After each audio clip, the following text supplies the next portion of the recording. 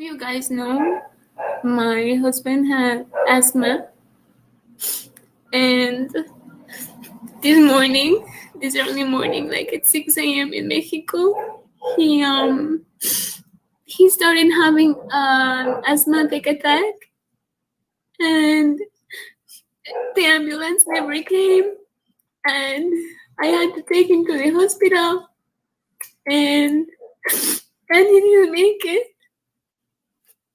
And I wanted to share this with you because you would tell me not to cry and to toughen up.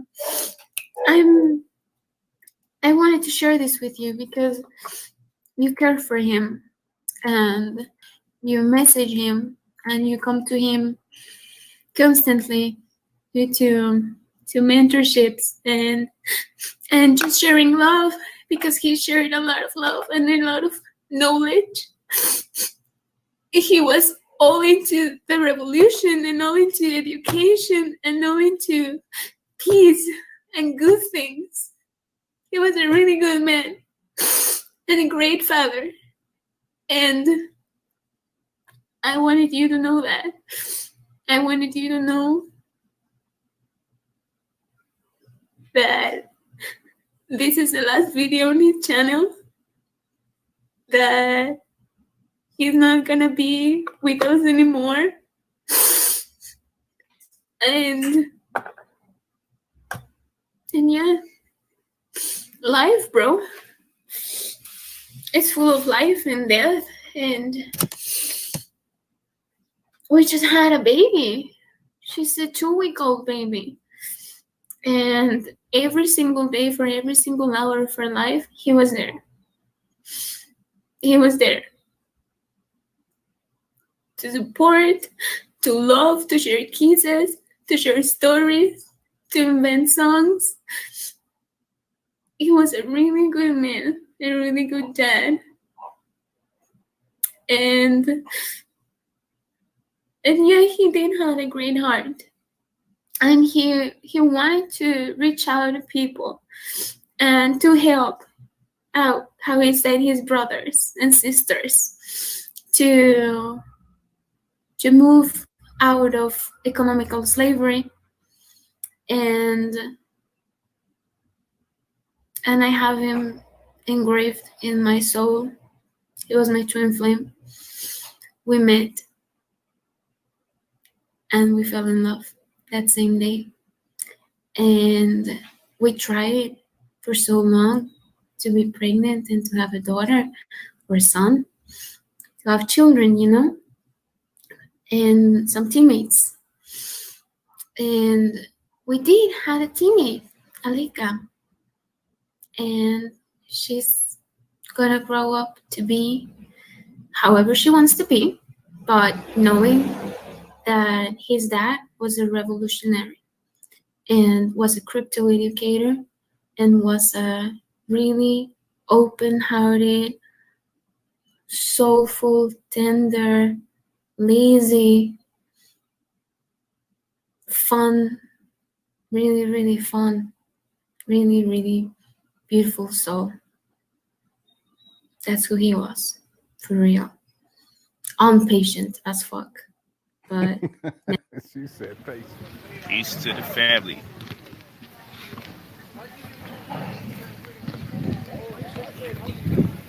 Hope this is making sense.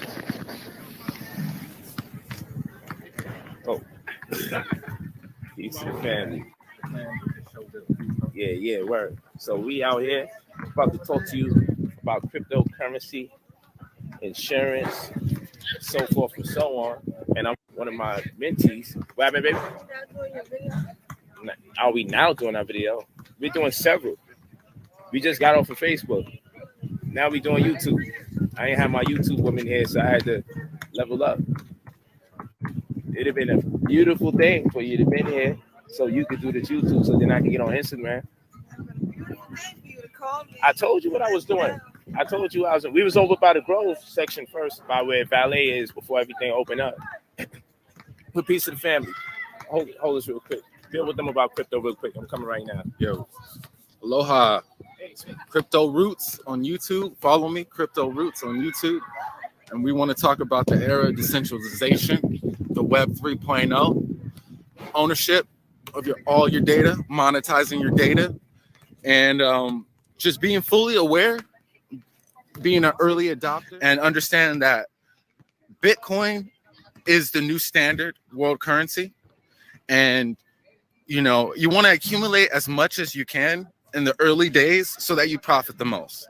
That's the same thing when people were having 2,000 Bitcoin back when it started, just to watch an online video. It cost 2,500 Bitcoin. Just so happens that the market goes up and that 2,500 Bitcoin makes you a millionaire. So you want to accumulate while it's cheap, get into Bitcoin. Yes. Bitcoin, Ethereum, Monero, it all depends on what you value the most, because this is the first time in history you get to shop around for your own jurisdictions. If you don't believe in the way the network or the community runs its currency, you can either fork it and create your own, or you can move on to a new one. So this is the choice. It's all about personalization while decentralizing. I was looking into this. Yeah, let me know if you got any questions, man. Like, this is my life. I feel this is the best way. One of the best ways I can help my Black community is by educating them on the newest form of currency. All right, let me just point out a couple of things here. I'm a fairly good judge of character, and I can tell right off the bat that Crypto Roots, he was a sincere person. He really was. And if you watch his other videos, you can tell too. And even outside of him dealing with POLIGHT, you can tell that he's a very sincere person. It's also apparent to me that he was knowledgeable. He was knowledgeable about Bitcoin, cryptocurrency, so forth and so on. He mentioned Ethereum. But if you notice, the video starts off with POLIGHT. And he's talking, and as he's talking, they're supposed to start, but he's kind of talking off to the side, and Crypto Roots is kind of waiting. And he just keeps talking and keeps talking and keeps talking. Umar is the same way with people. You see, I also want to mention that POLIGHT, he's standing in front of this fancy car. This is another one of the ways that he draws attention to himself. It's all about perception. He doesn't own that car. He doesn't own anything.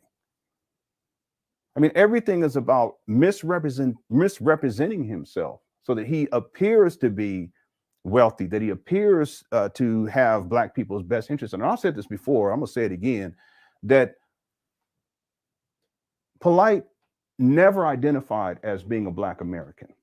Some people say it doesn't matter. It absolutely does matter, because his main target demographic is Black Americans. We gotta rise and this type of talk, Black, quote unquote, Black power talk, and they'll dress the part. They'll wear the dashikis and they'll go about their business and so forth and so on. But the thing with POLIGHT was that him wearing the dashiki wasn't just his way of kind of fitting in and getting a grasp into the Black conscious community. It was also an acknowledgement of his heritage. He's never identified as a Black American or as an African American. I can pull up the receipt right now and show it to you all, where he makes it very clear what his cultural heritage, genetic heritage is. And it matters because he targets Black Americans. And the Black Americans, that's not who he identifies as being. So what I'm getting at is that over the decade or so, POLIGHT has morphed into these different caricatures. Now, more recently, it's more of the pimp archetype.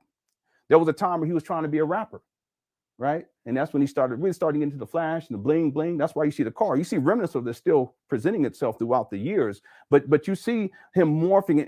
In his mind, the idea is the way that I'm going to be able to attain the mark, who is from the Black American community, is I have to represent and I have to present myself as if I'm successful based upon what I think most Black Americans believe is success. Bling, bling, fancy cars, a whole bunch of women, pimp culture, so forth and so on. Let me play this for you. I wasn't planning on playing it, but I'm going to play it for you all. Listen to this. But there's a morphogenetic code that your body or your blood lives by. This is the criteria for genetics. So mathematically, you have a connection to that which your blood or your genotype says you are from. So 72% of my blood is Nigerian. It only suffices to say that's where I'm supposed to be if I want to feel comfortable. So I start eating Nigerian foods that are alkaline. I start going into the rights of the Nigerians. I start getting cotton, ancient Nigerians getting cotton and putting scents on them and burning them from cotton because they didn't have candles. Start playing Nigerian music, start learning the Nigerian language under the pretense that my blood is 72% Nigerian.